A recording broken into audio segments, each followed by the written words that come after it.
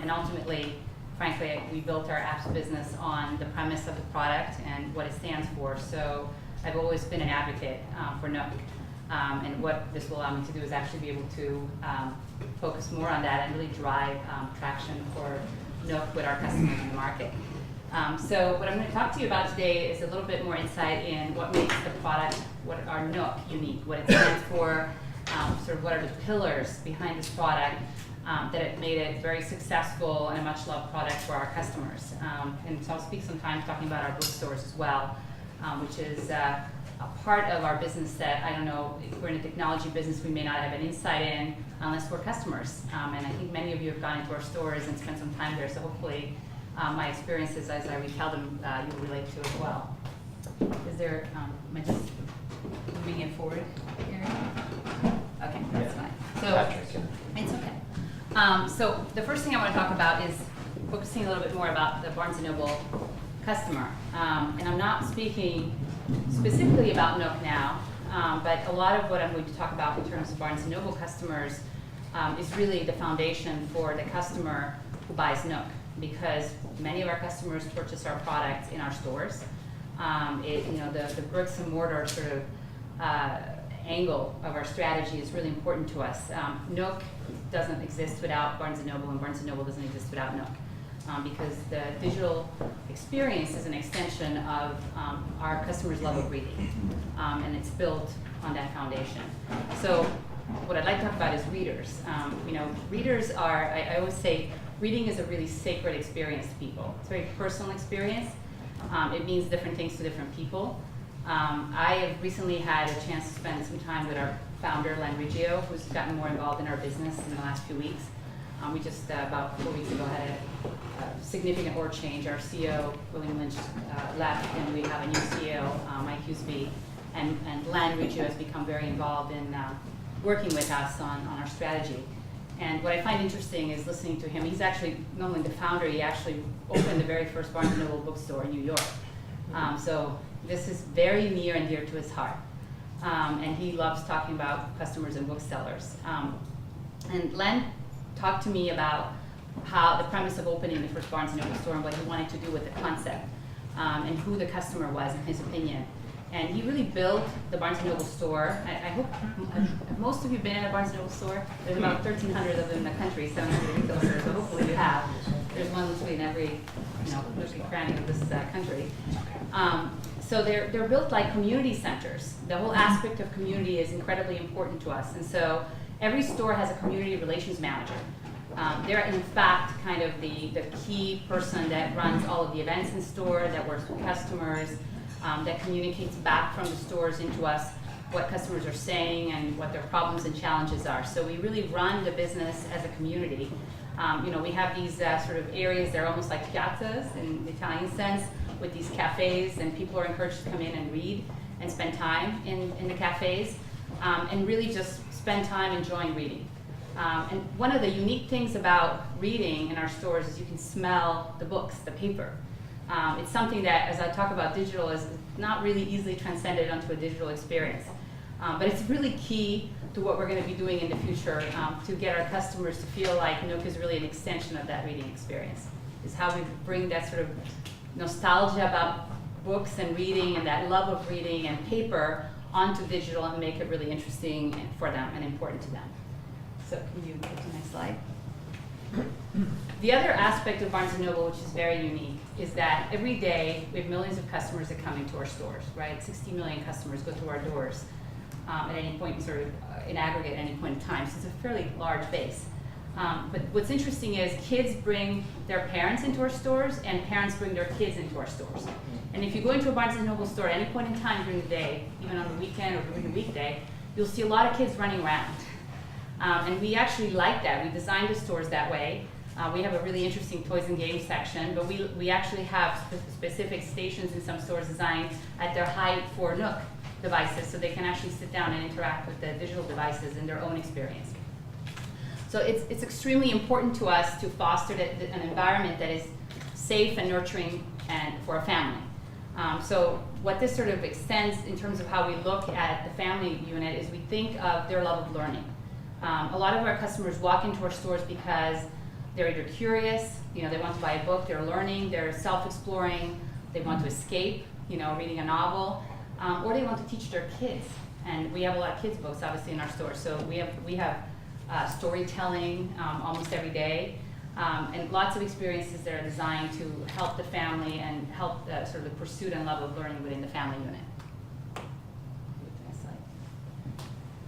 In terms of the customer, whether it's a woman or a man, so we really get down to understanding who they are. And I don't mean to stereotype. There's been a lot of fun made of the fact that we have this customer named Julie. I don't want to overdo it on that front. Yes, we do actually name our customers, but we don't do it because we want to create stereotypes. We do it because we're trying to really get into who they are, what they stand for. There could be lots of different names for these people, but we're trying very hard to get to the bottom of who they are and what they care about.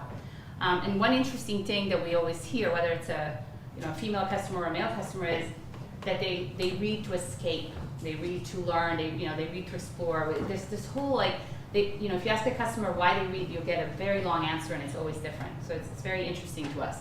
As I said, they're family members. They have kids. Most of our customers, over 1/3 of our customers in Barnes & Noble stores have kids. So children are a very important part of their life. And they tend to be slightly older than the traditional demographic that we deal with in the technology space. They're definitely older. They're in the 35 to 55 range, sometimes older than that. So we're actually transcending generations of people. So we're dealing with parents and grandparents, and relatives are coming into store buying gifts for their nieces and nephews. So it's interesting to us that every single generation has a different perspective on walking into a Barnes & Noble store and what it means to them. And we know that. We actually understand it because we look at the demographics and we try and understand sort of what this says about our customer and what they're looking to get out of an experience in Barnes & Noble. Can you go to the next slide? So just because, as I said, everyone makes fun of the fact that we have Julie as a customer, we now have Richard. It's not just women who buy books in our stores, it's also men. But again, the interesting thing is they tend to be older. And this is really important, again, because we have the stereotype of the mobile consumer being a young male. And in my business, in the sort of the book business, that just doesn't even apply. In fact, I would say that it's quite the opposite. Our struggle is to get that generation to come into bookstores and read. Because generally speaking, the younger generation is actually consuming content in a very different way, reading online, reading blogs, consuming bits of content. They're not coming into bookstores and buying books as much as their parents or their grandparents. Next slide. And in terms of kids, it's very exciting that we have kids in the stores, that we foster an environment for them. When this experience kind of moves over to digital for families, there are some really important issues we have to address. Our customers are very vocal. They come into our stores and they tell us, they literally bring the device to the counter and say, this app isn't safe for my kid. Why did you allow my kid to buy this app? Or, I don't want to see this book when I'm searching for a title. This book is inappropriate content for my child.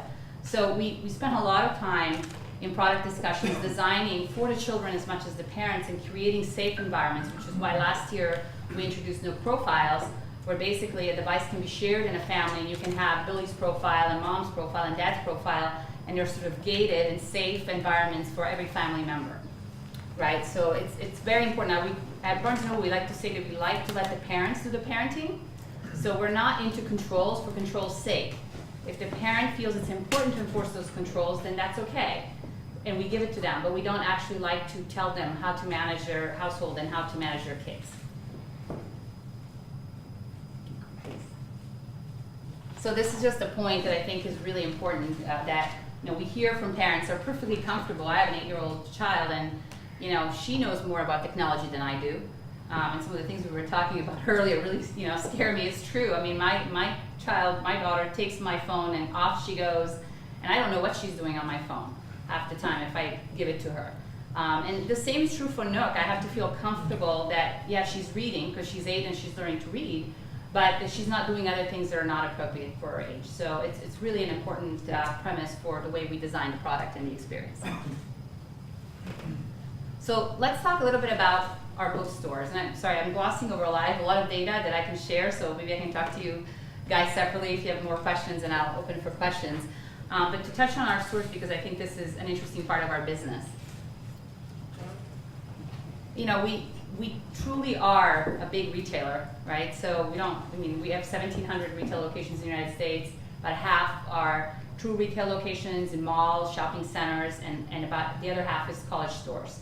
So we actually have a very significant college business. We sell textbooks, and in college stores they're not always Barnes & Noble branded. So you may not know if you have a university near you that it's actually a Barnes & Noble operated store, but most of the Ivy League schools, for example, are Barnes & Noble operated stores. So we get a lot of input from that angle as well, from talking with students and professors and learning what's important in the education space. So the retail footprint for us is really important because it allows people like me and my teams to go and touch the customer. We actually have training, bookseller training, that we are allowed to attend. So if we choose to go and get trained to be a bookseller, we can go spend a whole week working as a bookseller in the store. We can actually, they make us go in the backup room and work the inventory and work the cafe. Every aspect of the business we have to touch in order to be a bookseller, because our booksellers are trained to be experts in literally everything. And it kind of is amazing to me. Because we do this, we spend time in store, we have a relationship with virtually, hundreds of booksellers. We have over 45,000 of them in the country, so it's hard to know them all. But literally every day I get an email from a bookseller. I don't even know who they are. They have to tell me their store location with a question about Nook or apps. It's a very open sort of framework to allow them to be experts and empowered to sell our products. Go ahead to the next slide. And this is interesting because of the notion, and I'm going to talk about this, of curation that Trevor touched upon, which is at the very root of how we built our business. The curation and merchandising strategy that we have applied to our digital store wasn't just something that we came up with because it's important for us to deliver quality content to our customers. This is the way that Len Riggio built the company. And when we built the apps program 3 years ago, because the apps program hasn't been around that long, we spent a lot of time trying to understand how people purchased or how we sold books in store, how we merchandise them, and we tried to emulate that model in such a way that it would extend to a new type of digital content. That's why our app store, if you go and you see it, it's completely different. We don't organize apps in terms of free apps and top apps and paid apps. We organize them by category, and now we're actually organizing them curated by recommendations. So if you're only searching for games, we know that, and we will present you curated categories of games that are interesting to you. You can still access all the other categories, but the first thing you'll see is what you really care about. And the whole experience is tailored to you. So if you look at your Nook and mine, it could be completely different when you open our shop experience. That has worked really, really well for us. We've had great feedback from our customers, and we can see it in terms of the way our content is selling. Obviously, there's a positive response. But it's all sort of ingrained in this idea of curation at the store level and thinking about the customer. And so, at the retail level, I've been at our district managers' sales conferences, which happen every year, and I listen to them and how they talk about customer service and how they train their people. It's really high quality, setting the bar high touch experience. So when you walk into a Barnes & Noble store, anyone should be able to help you and answer your questions, and there's literally nothing related to what's in the store that they can't help you with. That is the notion. It's not like low touch. I'm helping you. You can leave the store and I'm going to move on to the next customer. There are people at the Nook counter that will spend an hour with a customer, helping them, supporting them if they have a problem. And this is what I'm talking about. Anytime you walk into a store, you will see something like this. You will see a bookseller helping a customer. And as I said, they'll spend an hour. Sometimes I'll walk into a store, I identify myself as an employee, I hear them speaking about apps, I'll go up to the bookseller and say, do you need my help? And they'll literally move me behind a counter and say, how long can you stay? It seriously does happen. I'm not making this up. I have about 5 stores around my house. I'm very lucky. And I carefully plan my visits because I know that it could be, my husband doesn't want me to go just buy a gift because he knows I'll be sucked in there for 3 hours. Because I can't help myself, I enjoy it. And they want me to help them. They care, they're very proud. And they are not, if the apps person is there and there's a customer who's asking 1,000 questions, they're not going to let the customer walk away until all the questions are answered.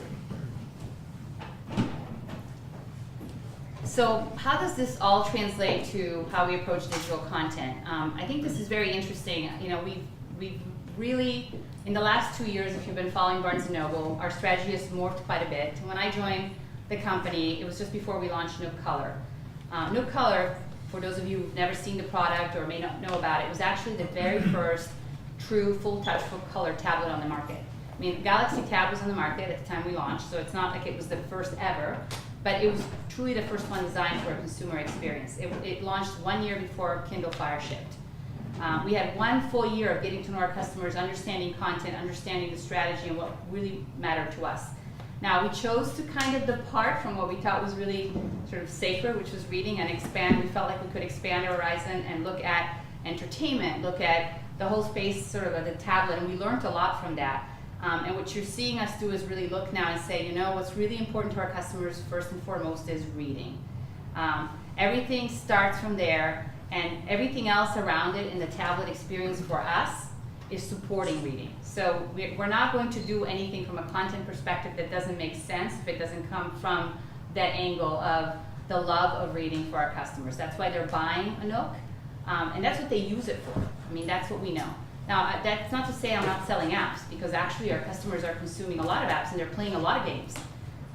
But again, it's that whole experience of different approaches to reading. So a Nook Classic or a Nook Simple Touch or Glow Light customer, they don't want web, they don't want browsing, they don't want email, they don't want anything that disturbs their reading. I mean, they tell us that. The less is better. Very simple. So that's how we've designed those products.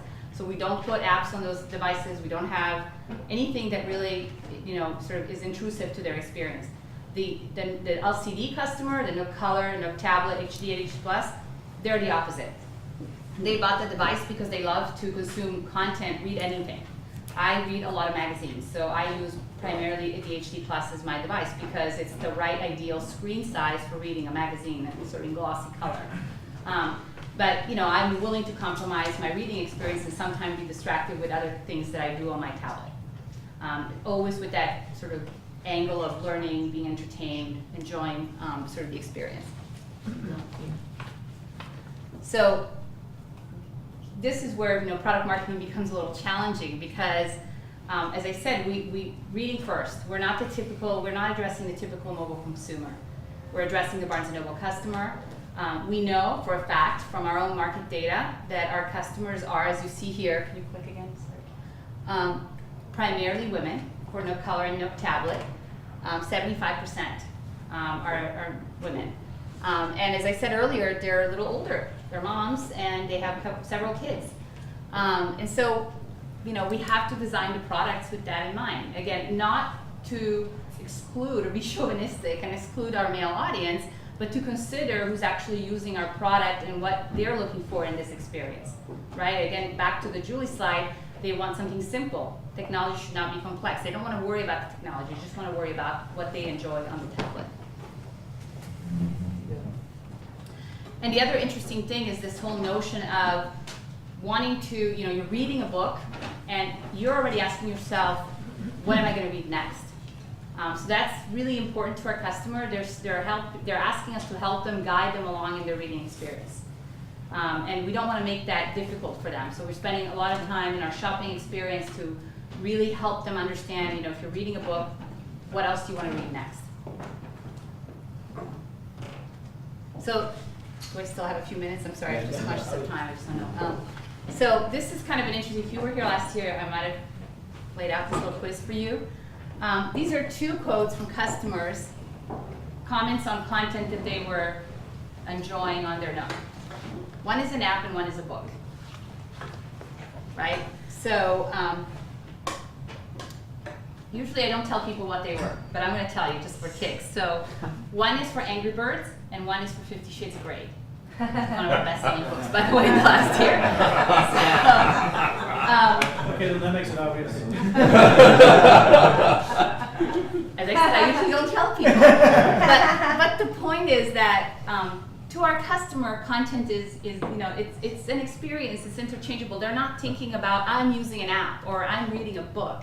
They're enjoying whatever they're enjoying on their device. And If you go and look at reviews, product reviews in the Barnes & Noble store, it's very entertaining. We spend hours doing that, by the way, for good reason. We actually, most of our apps are 4 or 5-star reviews. Like we uphold standards that are very high for apps. We're very curated. And we write developers, if we see a bad review, we immediately write them and we ask them to either fix the problem or help us understand what's going on. We don't let it sort of go downhill. We uphold that standard, and that is coming from the fact that we do the same thing for books, for magazines, for any type of content.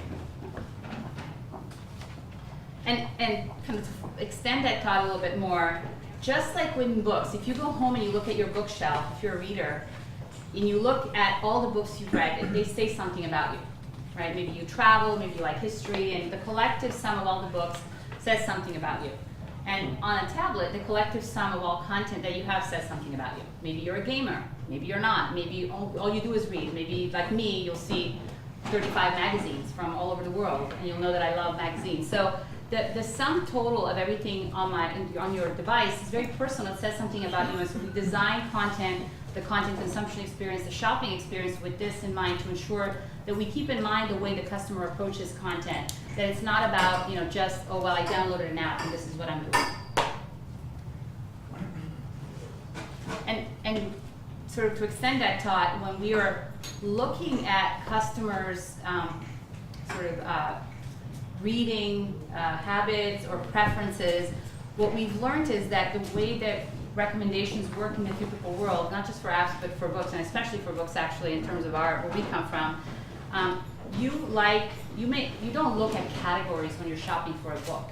You are a history buff and you read a lot of history books, or you love mystery novels. Mystery is probably a bad example, but you like Jane Austen, and so you'll read all the books that are like sort of Jane Austen, if you will. So it's really more an affinity, and we created this concept called Nook channels, which is kind of replicating the bookseller recommendation in store. We have book buyers for every topic under the sun. If I go to New York, where we're based, I can meet with book buyers, and literally I can talk to the history book buyer, and he knows everything about history books. And what we're trying to do is transmit sort of that knowledge into a digital form so that we can actually transfer it to the customer. So we have this expert, it's kind of like Ask Joe about history books. We present you with a curated list of history books that they recommended, essentially. So there's actually quite a bit of, we have a chief merchandising officer for books, and this is his life. And if you talk to him, he's like a college professor. I love speaking with him. He literally can give you a synopsis of any book. You can say, have you read this book? I don't believe he's read all those books, but he knows all those books, and he spent time looking into them and understanding them better to recommend them. I'm getting sort of to the summary here. That's how we look at content, and we look at the world of content in a very sort of specific lens of curation and thinking deeply about the relationship between this content and the customer. Next slide. In terms of apps, just because we're talking about apps today, and I thought I should touch on it a little bit more. I mentioned earlier we curate apps in the same way with the same approach, looking at interest for people, and yeah, we have a lot of apps that are more female oriented, but we also have man cave apps. We created a category. Jag is sitting back there, who is responsible for app merchandising, and my team, came up with this notion of, hey, for men, let's not alienate them. Let's have a man cave, collection, and we created that curated collection part of it. Again, not to stereotype, but hey, it was very popular. People liked it. So we spend time curating based on affinities in the apps world as well. And as I said, it's really paid off for our developers. And particularly in the kids space, can you go to the next slide? We knew that parents didn't want, kids is such a difficult area for apps. A lot of app stores outright ignore this category. Ignore it. It either doesn't exist or isn't curated very well, because it's a dangerous world to navigate. So dangerous waters from an app's perspective. We kind of took it head on. So what we did was we studied we have a program called BNN at School, which is all for teachers. So it's curated for educators and how they present content to parents and kids on our website. We took that model and we replicated it in the apps program. So the topics, the subjects, right, of school that parents know that they're looking for in terms of apps that are interesting to their kids are presented to them, and then there are apps in every one of these categories. And what this led to is a huge growth in our children's apps program. because we gave developers of this category a rebirth. We gave them an opportunity that they didn't have anywhere else. So we went and invested in this. We worked with them, we marketed it, we educated customers, and this is one of our most popular kind of area. We're really proud of our children's app catalog. We have thousands of apps for children, and they're all individually curated and very high quality.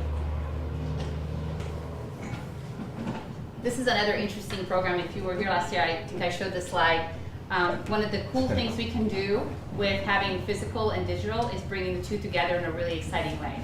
So we have this ability to actually access the Nook devices in store, because we have Wi-Fi in the store. We were one of the first retail stores to really implement this. So we have Read in Store, More in Store that's activated by our Wi-Fi hotspots.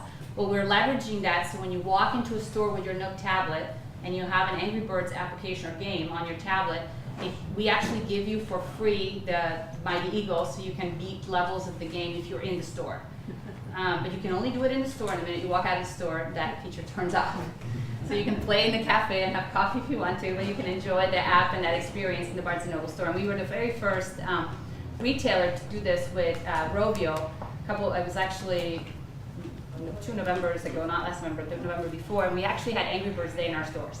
We had these cool posters in these windows, and we had Angry Birds cookies in the cafe. We had T-shirts and tchotchkes at the desks, and we had, we just drew people in to just play Angry Birds. So it was very cool. It was a lot of fun. So just kind of summary, as I said, when you focus on having an efficient app taxonomy, the result is really success for developers, and that's what we've seen. We're not the biggest app store out there. We actually have Google Play on our devices now, but at the end of the day, our developers are still with us, curating and happily selling in our store. Because they know that they can get to the customer through our approach and our experience, and that it's the right customer for their app. And it's a good customer, it's a paying customer that is perfectly happy to download either a paid app or a free app and spend a lot of money on an app purchase.